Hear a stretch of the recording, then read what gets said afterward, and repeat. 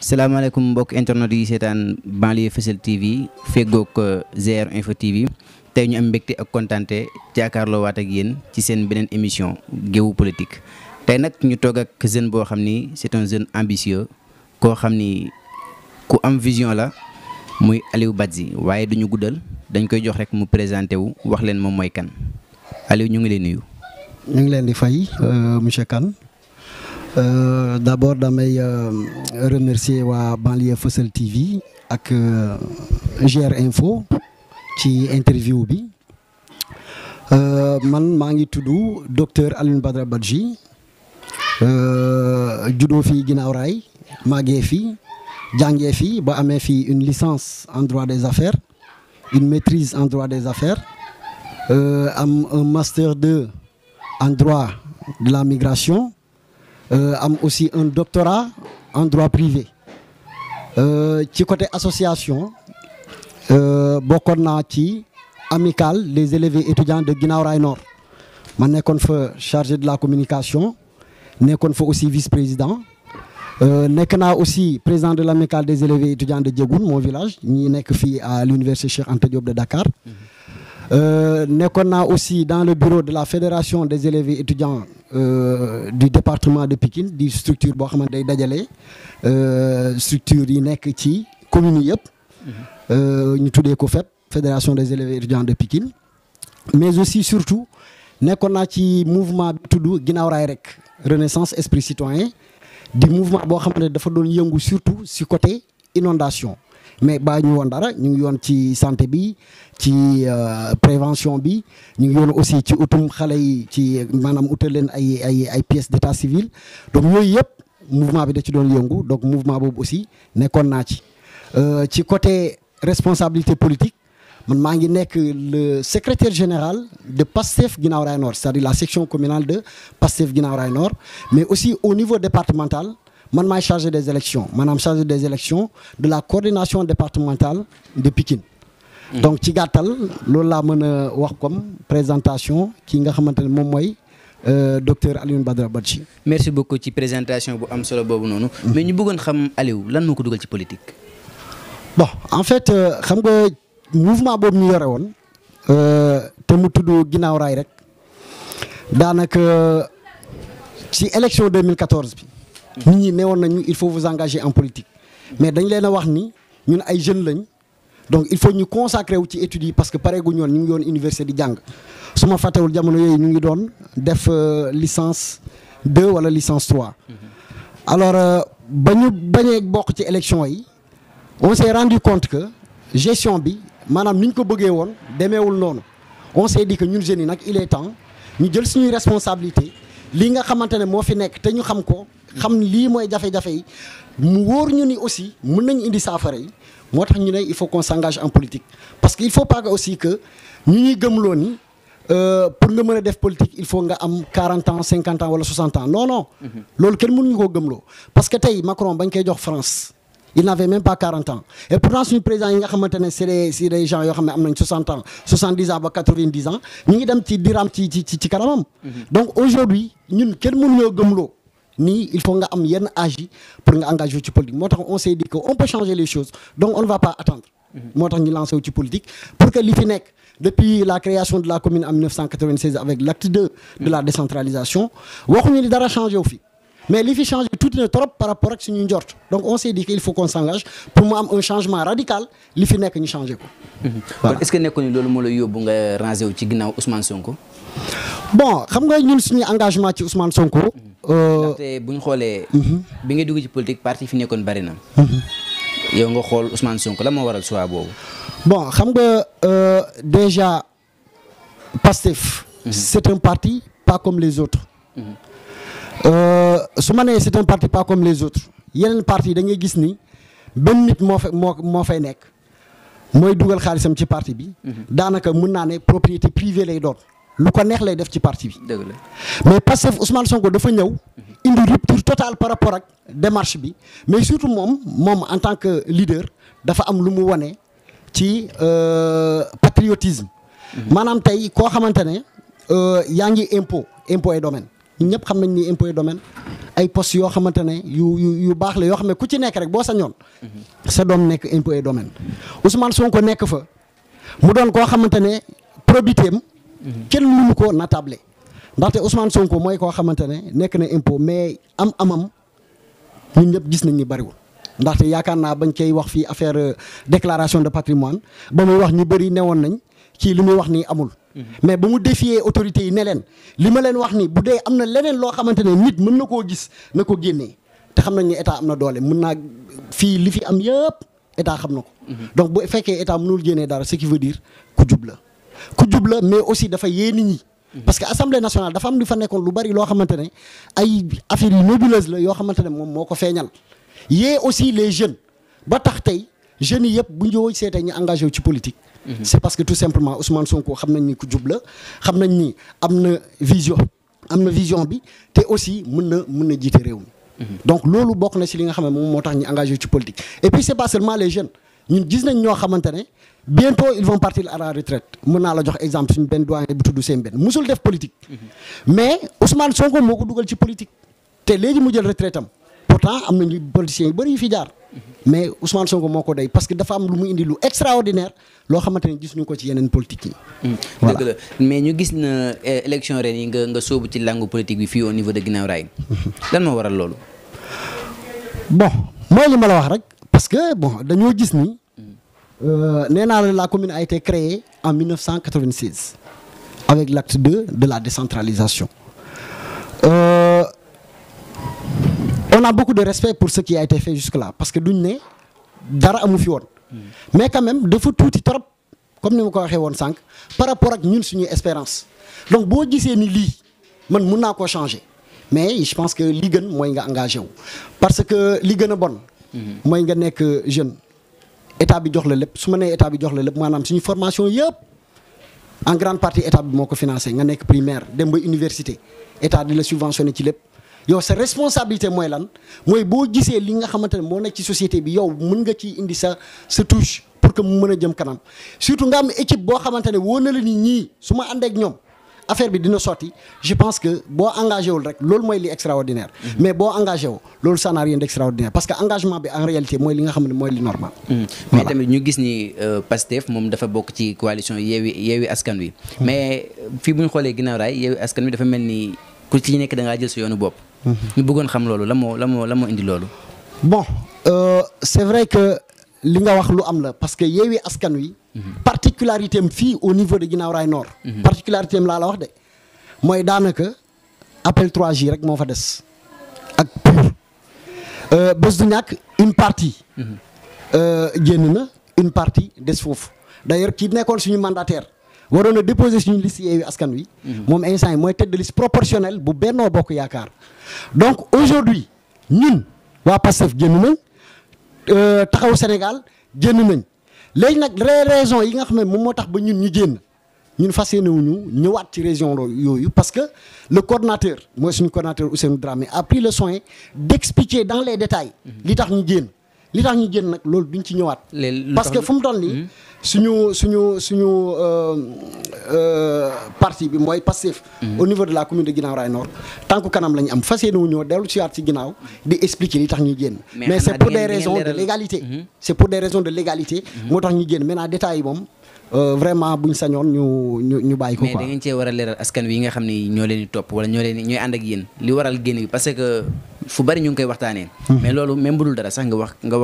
kook askanu Sénégal. non li ma mën a wax mooy c'est pour des raisons de légalité. su ma nee légalité mooy dafa am ay textes yu ñu joxoon ñu waroon a respecter ñun ñu gis ni textes yooyu. ki nga xamante ne mooy. Madame le ministre Aminata Lo malheureusement ak ses partisans nangu ñoon respecter texte yooyu naturellement nous on s'est dit personne ne peut nous imposer à respecter un texte qu'il a violé par conséquent nous avons pris nos responsabilités génn coalition bi demal suñu bopp sous la bannière de la République des valeurs. mu doon lu am solo kooku mooy Aliou Badji nekk candidat bu Pastef bu Guinaw Rail mais Aliou bu ñu ñëwaatee tuuti ci élection commune bi ndaxte gis nañ 9 candidats mais nga jàpp ni 9 candidats ak commune bu toll ni Guinaw Rail 12 quartiers nga foog ni loolu jaadu na. bon en réalité je suis mal placé pour dire ndax jaadu na wala jaaduwul. je suis très mal placé pour wax ndax jaadu na wala jaaduwul parce que c'est pas du man maay ginnaaw raay waa population ginnaaw raay ñoom ñooy xool apprécier xool ndax lii jaadu na wala jaaduwul ak lan moo ko indi parce que aussi man li ma gëm mooy nit mënoo def sa temps def temps wu ñeneen ñi. mais yow sa ñun dañoo toll ci suñu temps moo ko indi sa analyse lan nga jàpp ni moo waral. moo indi candidature yu bari. waaw xëy na ku ci nekk rek da ngaa gëm ni mën ngaa defar gox bi. waaw mais est-ce que nekku ni ñenn ñi dañuy jiital seen intérêt personnel ba tax ñuy laajtee ndaxte gis nañ ko fi nekk xëy na sa du ma tudd turam mais su ma nekk fi nekk dañ ko xam ndaxte ñu bëri dañ naan bu ñuy xëccoo maire ci moom lañ xoolee ba tax ñuy xëccoo maire. bon bëgguma dugg ci ay jugement de valeur wax diw lii moo tax wala intérêt personnel wala yu demee noonu. mais li ma leer ba leer mooy je présume que ñii nga xamante ne dañoo poser seen candidature dañoo jàpp ni li fi nekk mën nañ koo changer maintenant nag askan wi mooy xool parmi ñooñu ñan lañ jàpp ni ñii wala kii buñ ko joxee gox bi mën na koo changer. parce que xam na jafe-jafe yi te effectivement am na xam-xam bi pour changer li fi nekk. mais yow lan nga gis ni moo doxul ginnaaw raay ba tax tey nga bëgg a nekk maire ngir changer loolu. mais monsieur Kane gis nga fii ginnaaw raay pratiquement secteur boo jël. ci 9 domaines de compétences yi nga xam ne dañ koo transféré ak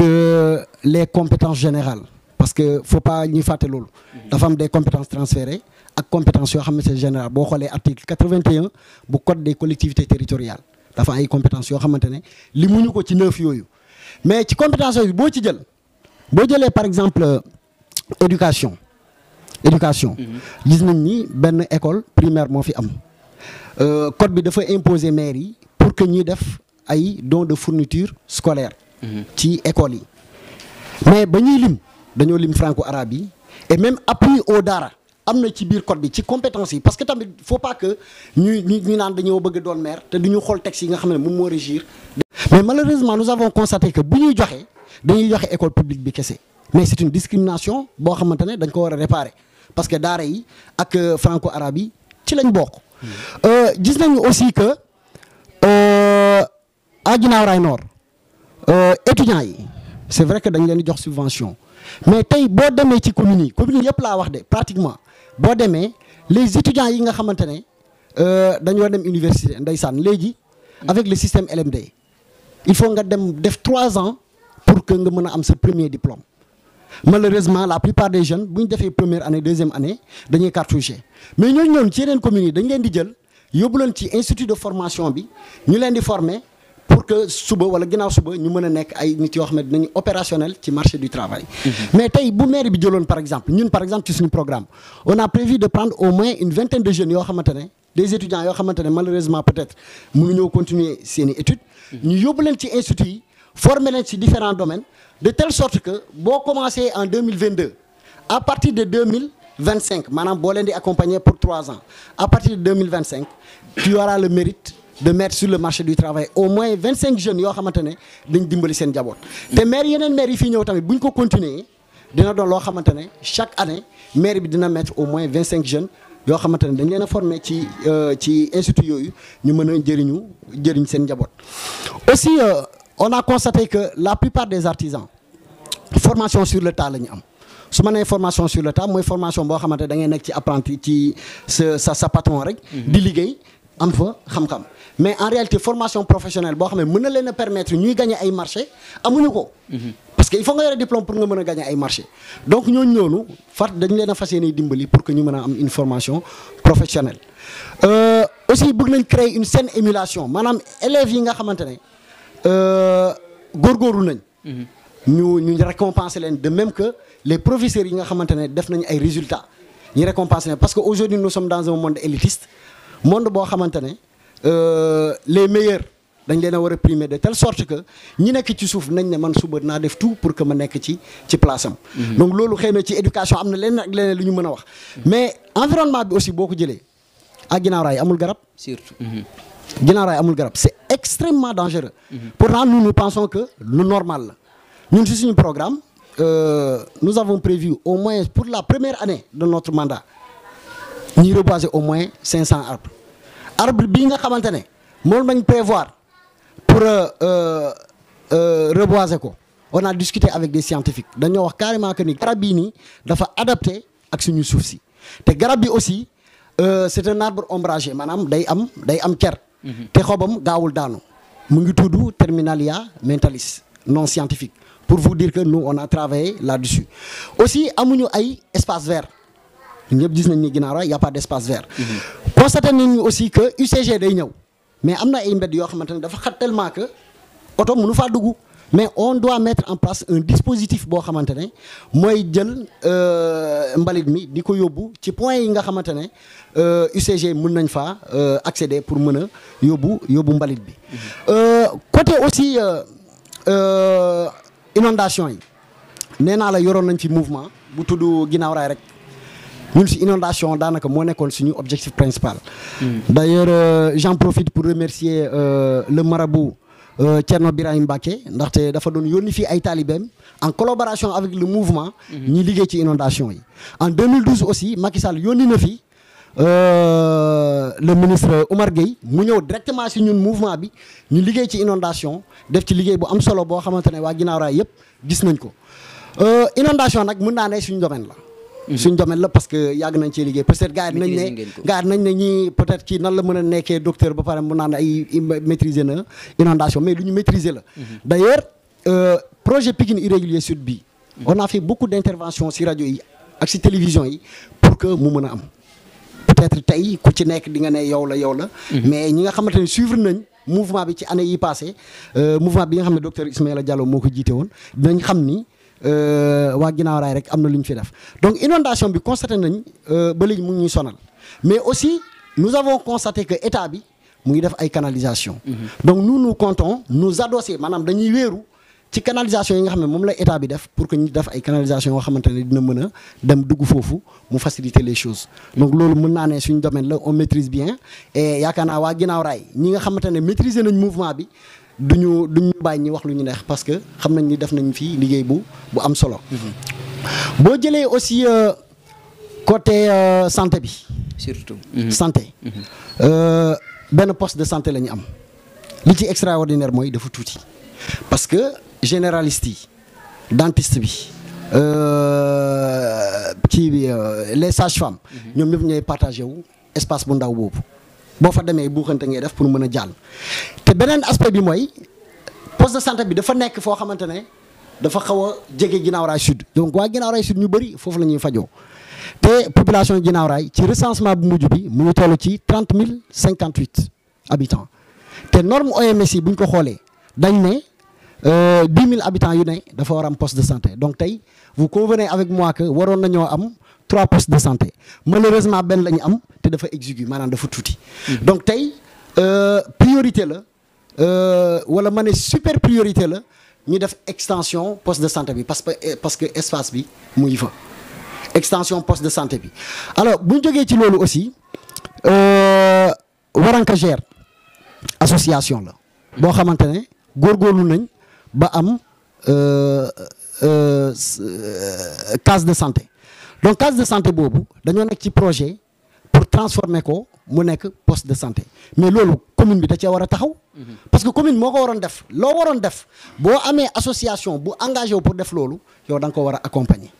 da nga ko war a accompagner ci loolu noonu donc loolu dafa bokk aussi ci suñuy mbébét def de telle sorte que Waranka Gère ñi accompagner leen pour que mu mën a nekk poste de santé léegi bu ñu amee place aussi on peut prévoir de mettre en place un autre poste de santé pour mën a respecter les normes yi nga xam ne moom moo nekk ci OMS.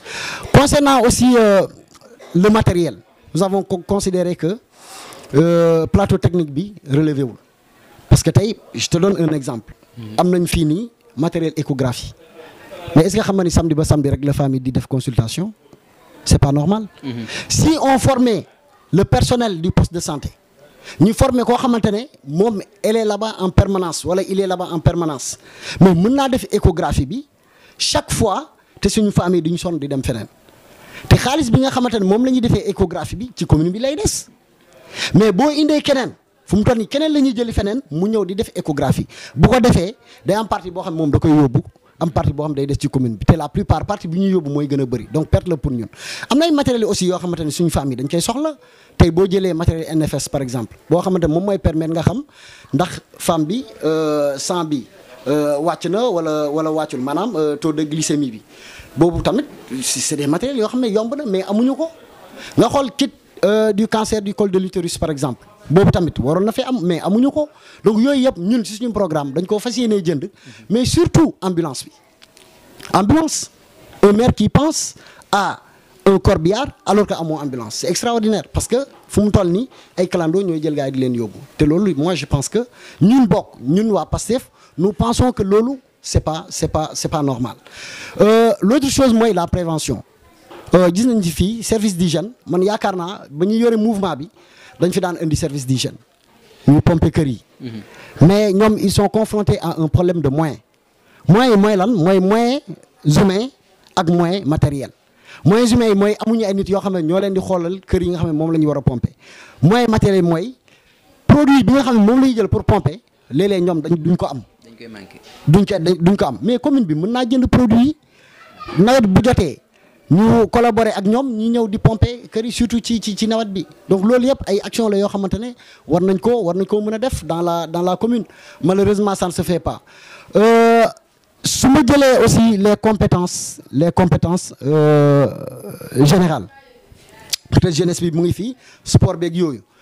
sport bi peut-être boo nee gars yi dinaa leen defal stade parce que tamit nit booy waxal loo xamante ne mën nga ko parce que on n'a pas d'espace ici à Guinaw Rails Nord mais dans le cadre de la coopération décentralisée dans le cadre de la coopération de l'intercommunalité tey gis nañ ni Thiaroye Gare par exemple boo duggee camp bi à gauche am na terrain bu fa nekk boo xamante ne daanaka yàqu na mais tey bu ñu nee intercommunalité commune bi day am loo xamante ne yow amoo ko. ñoom am nañu espace ñun amuñu ko. ñoom am na loo xamante ne soxla nañ ko amuñu ko te ñun am nañ ko donc pourquoi pas discuter avec la commune de Thiaroye Gare pour que terrain bi nga xamante ne moom moo nekk ci entrée camp bi. bu fekkee mën nañu koo jox ñu xool modalité ñu koy waxtaanee pour que jeunes Guinaw Rails yi mën di fubalee foofu di defee foofu seen i activité loolu lu mën a nekk la te ñun ñu ngi penser à ça concernant aussi. Les compétences générales tey les femmes dañ leen di utiliser à des fins politiques nous considérons que loolu c'est indécent parce que une femme kenn waru koo utiliser. suñuy femme lañ suñuy soxna lañ suñuy sœur lañ suñuy tante lañ suñuy lépp lañ donc ñun li ñuy gis mooy lan mooy on doit les former d'ailleurs sax ñun on a anticipé parce que formation bi déjà def nañ ci ay jéego boo waxtaan seeg ay nit yoo xamante ne transformation mooy céréales yi ak fruits yi am na ay communes yoo xamante ne tamit. yoo xam ne yoon yi nekk à l'intérieur du Sénégal yoo xam ne dañoo gis ni production ci céréales ak production ci fruits yi dafa bari on a déjà discuté avec eux pour faciliter li nga xamante ne moom moo war a ñëw ñu koy transformer loolu mooy tax ñu am autonomie financière boobu beneen avantage bi mooy on est tout près du marché de Thiaroye marché Thiaroye yi fii tout près mais lépp loo xamante ne transformé nañ ko ñu accompagner leen ñu am ay GIE mais facilement mën nañ koo jaay au marché de Thiaroye parce que aussi marché Thiaroye mënuñoo jege ba pare duñ ci profité ñu ciy profité mooy lan mooy suñu famille lépp loo xam ne transformé nañ ko ñu dem di ko jaayee foofu donc loolu loo xamante ne lu ñu soxal la parce que suñu famille vraiment elles sont courageuses boo yeewoo suba teel ñoom ngay gis ñi dangay di dugg fu ne te lépp lu ñu am rek si njaboot ji lañ koy indi loolu tamit bokk na ci li nga xamante ne suñu mbébét la ci fii Guinaw Rails Nord autre chose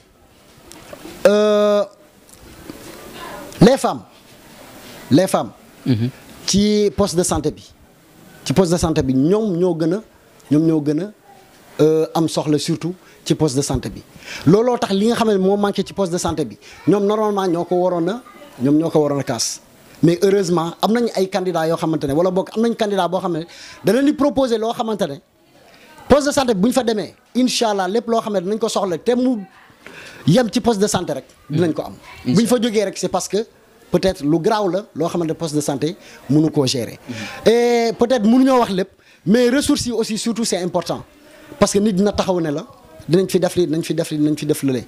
mais laaj la ba ñuy def transfert de compétences 9 domaines de compétences lañ transféré experts yi ba ñuy xalaat 18 lañ jàppoon mais finalement 9 la état bi jàpp en 1996 léegi 9 domaines de compétences yooyu bañ koy transféré def transfert de compétences générales parce que dañ ne lépp lu maire mën a def pour indi des conditions de vie meilleures par rapport aux populations da ko war a def donc c'est des compétences générales bu ñu waxee loolu nag yaakaar naa maire warul bàyyi dara lépp loo xam ne da ko war a def rek da koy def alors boo ñëwee ci ressources yi ba ñuy transférer compétences yi dañoo transférer aussi des ressources parce que collectivité territoriale dafa am autonomie juridique mais aussi dafa am autonomie financière maanaam yow yaay xam fan ngay utiliser xaalis. donc ci biir autonomie financière boobu dafa am ay patentes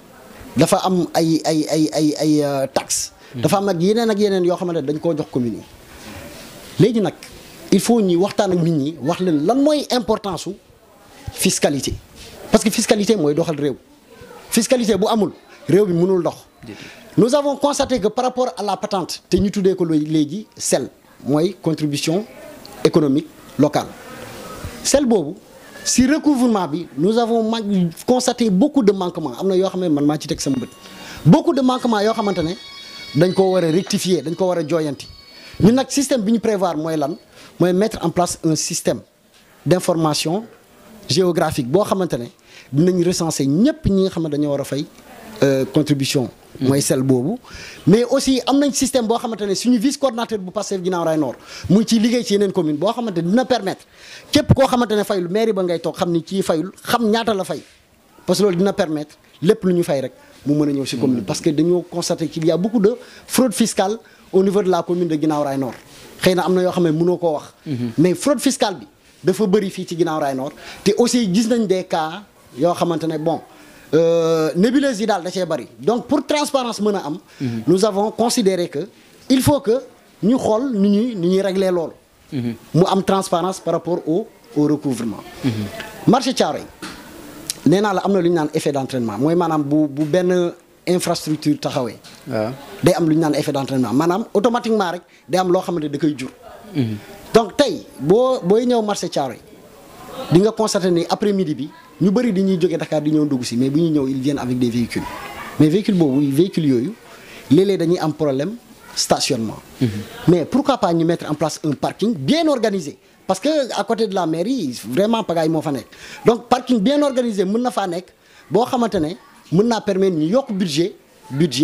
commune bi parce que tey boo amee parking boo xamante ne par exemple il y a 20 véhicules yooyu ci suba si nga am 20 après midi bi nga am 20 même bu doon ku nekk 500 francs ngay fay c'est 20 000 francs déjà 20 000 francs multiplié par 365 jours ça fait combien c'est une augmentation du budget di nga augmenter ce budget bi loolu c'est une évidence beneen gâchis bi nga xam ne moom moo fi nekk bâtiment bi nga xamante ne moom moo abrité ancienne mairie bi pendant 7 ans bâtiment bi nekk fa 7 ans te ñëpp xam nañ ni tey tout le monde court vers le foncier tout le monde court vers l'immobilier nga am immeuble bu toll noonu mu nekk en état de délabrement très avancé nga war koo détruire xool noo koy construire mettre ko en valeur yokk ressource état ci commune bi malheureusement ñi bàyyi ko noonu pendant 7 ans et même plus de 7 ans amul benn njëriñ commune bi ñun li ñu proposé mooy lan xëy na commune bi dina am ay problème pour dindi ko tabaxaat mais quand même avec le partenariat tey mën ngaa gis koo xamante ne il est dans l'immobilier nga ne ko tabaxal immeuble bi def ko R+4 tu prends rez-de-chaussée ak premier ñun commune bi ñu jël deuxième troisième ba keroog ba sa xaalis di jeex ñu tegal la si peut-être quelque négociation la rek après tu nous laisses les ressources ñun ñu continuer di ko exploiter donc loolu aussi bokk na ci li nga xamante ne ñun suñu mbébét la parce que mënoo am lu toll noonu di ko bàyyi muy nax saay donc loolu vraiment ça nous tient à cœur aussi ay toilettes publiques mën nañ koo def ay toilettes publiques pavage aussi lu ñu mën a def la à Guinaw Rails Nord ci suñu mbébét la bokk parce que am na ay artères yoo xamante ne ñun dañoo jàpp ni dañ ko war a pavé def ci ay garab pour que réellement Guinaw Rails suñu xar kanamu commune bi mën a changer excusez-moi du terme mais bordel bi nga xamante ne moom moo nekk boo wàccee pont bi di dugg si Guinaw Rails Nord c'est-à-dire nañ ko wax aussi quoi parce que boo bëggee changer sa commune boo bëggee révolutionner sa commune bañ ko la mere bu yeboo nga bàyyi ñun nag nekkuñ ci yooyu soit da ngay dëggu wala nga xam nooy def donc li fa nekk ñu li ñu gis mooy ñooñu dañ faa war a jógee dans la mesure où entrée commune bi la gis nga image boobu moom la nit ñi di am ci Guinaw Rails Nord mais tey foofu boo ko pavé woon mu ñëw ba fu ñuy jullee Korité ak Tabaski ci bayal bi noonu def ci ay garab mais imaginel décor boobu rek saa yi imaginel décor boobu donc maire au-delà des 9 compétences dafa am lu ñu naan une compétence de police municipale wala bu la neexee ma ne police administrative parce que ñaari police moo am. dafa am police judiciaire am police administrative. police judiciaire bu ñu ko waxee mooy ñi nga xam ne ñu mooy poursuivre délinquants yi di leen livrer à la justice mais police administrative lii di ordre public tranquillité publique salubrité publique maanaam set bi ak pollution sonore bi yow yaa ko war a régler. donc vous convenez avec moi que maire loolu moom moo ko war a def mais les gens dañu ñëw di romb comme si de rien n'était. ressource nag yi nga xam ne moom nga fay for ay xaw ma ñaata nga fay for jarul ñuy pénaliser waa Guinaw Rails Nord parce que aussi y a des citoyens yoo xam ne rek ñu ngi dëkk tout près du marché. tintamarre bi nga xam ne moom moo fa nekk ak stationnement anarchique bi fa nekk dafa war a jeex. l'autre chose mooy boo jógee Poste Thiaroye di dem mooy mbedd nag yi côté case des tout petits mais foofu tamit dañ ko war a pavé avec l'intercommunalité aussi parce que boo xoolee dafa nekk à cheval entre les deux Guinaw Rails Nord et Guinaw Rails Sud plutôt. donc foofu man li ma gis mooy les deux communes mën nañ def projet boo xamante ne bu fekkee pavage bi ça va coûter par exemple 50 millions commune bu nekk indi 25 ñu pavé ko def ko ay garab bu ko defee mu nekk lieu de promenade pour les deux communes parce que aussi bu ñu nee intercommunalité boo leen amee loo xamante ne si diggante ñaari communes yi la nekk ku ci nekk da ngay génne ngeen defar ko ba mu rafet donc loolu yëpp ay aspect la yoo xamante ne dañ cee war a taxaw mais surtout Modou dafa am loo xamante ne nit ñi dañ cee réeree mbir mooy les cadres de concertation gis nga maire su ma jëlee exemple reboisement bi buñ nee ñun waa Pastef buñ jëlee maire bi dañuy reboiser yàlla jox ñu maire bi dénk ñu maire bi ñi war a reboiser ñi ñëw di imposer nit ñi ne leen garab yi fii lañ koy samp xam nga luy xew après. population yi dañuy seetaan dañ lay seetaan garab yooyu duñ pousse mais boo ñëwee ne leen lii laa bëgg a def ñoo leen toog ñu waxtaan ñu xool nu ñu koy defee gis nga boo ko sampee ku ci ne sa moomeel nga koy def loolu lañ naan cadre de concertation parce que nous on s'est engagé en politique. am na ñoo xam ne dañoo engagé wu ci environnement am na ñoo xam ne ci sport la ñu engagé wu yéen ngeen engagé wu ci information. est-ce que ñun ñi def politique ñoo leen gën a bëgg gox bi non je ne pense pas. est-ce que ñoo leen gën a xam jafe-jafe ko gox bi non je ne pense pas am na ñoo xamante ne defuñu politique mais ni ñu xamee jafe-jafe yi ñun ñii def politique wala boog am na ñun ñii par ñun ñi def politique ñoo xamante ne xamewuñu ko noonu. donc il faut qu'on associe tout le monde et le code et la constitution ont prévu tout ça. parce que boo xoolee article 102 bu constitution bu Sénégal dañ ne les collectivités territoriales constituent le cadre institutionnel de la participation des citoyens à la gestion des affaires publiques loolu bi ñu ko waxee mooy lan mooy bokk moomeel yi mooy cadre bi nga xamante ne moo war a permettre ñu ñëpp di participer ci gestion li nga xamante ne ñëpp ko moom. nga ñëw ci article 7 bu code des collectivités territoriales ñu ne afin de permettre d'assurer la participation des citoyens à la gestion des affaires publiques l'exécutif local peut mettre en place un cadre de concertation cadre de concertation boobu xam nga pour lan la lépp lay def te mu concerner quartier bi nga ñëw waxtaan ak ñoom ba ngeen juboo gis nañ fi foncier bi par exemple le maire dafa ñëw def ay délibération te population yi xamuñu lan moo xew pour arrêter loolu yëpp il faut que ñun lu ñuy gis mooy société civile bi ñu intégrer leen ci nu mu tuddati commission domaniale bi nga xamante ne moom mooy joxe suuf si donc commission domaniale li ñi fa nekk mën naa ne maire moo fay nekk ak un adjoint mais ñi ci des yëpp daanaka ci biti lañ jógee ndax ay urbanisme lañ lay wax ay cadastre ak yu demee noonu donc il faut que société civile locale bi ñu intégrer leen pour que lépp loo xam ne ñu ngi koy def rek population bi mën see xam am information bu leer mais aussi dina permettre ñu am une équité une transparence dans la gestion du foncier parce que gestion foncier ci domaine de compétence yi la bokk.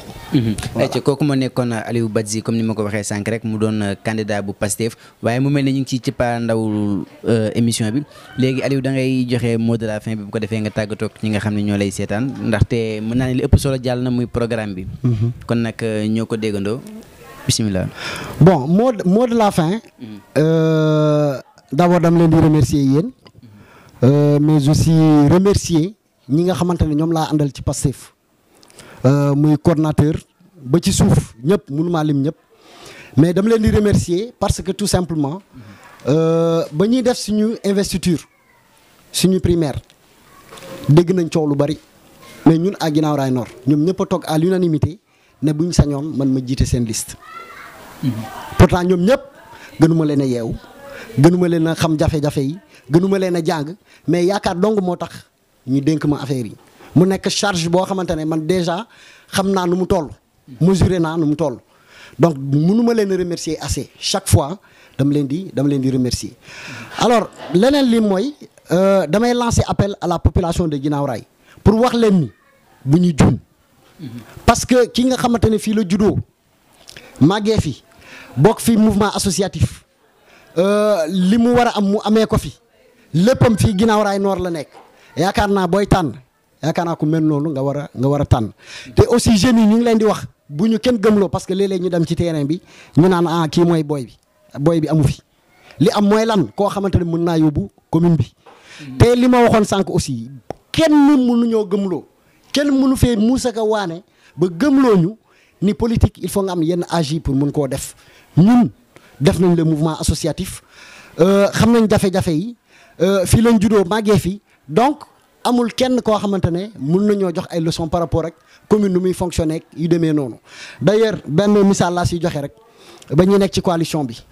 dañ doon wax booy Pastef fii amuñu expérience ñun lañ doon wax ñu ne amuñu expérience yàlla def ba élection yi desee 4 jours plutôt dépôt liste yi ba mu desee 4 jours lañ jël décision ne dañuy demal suñu bopp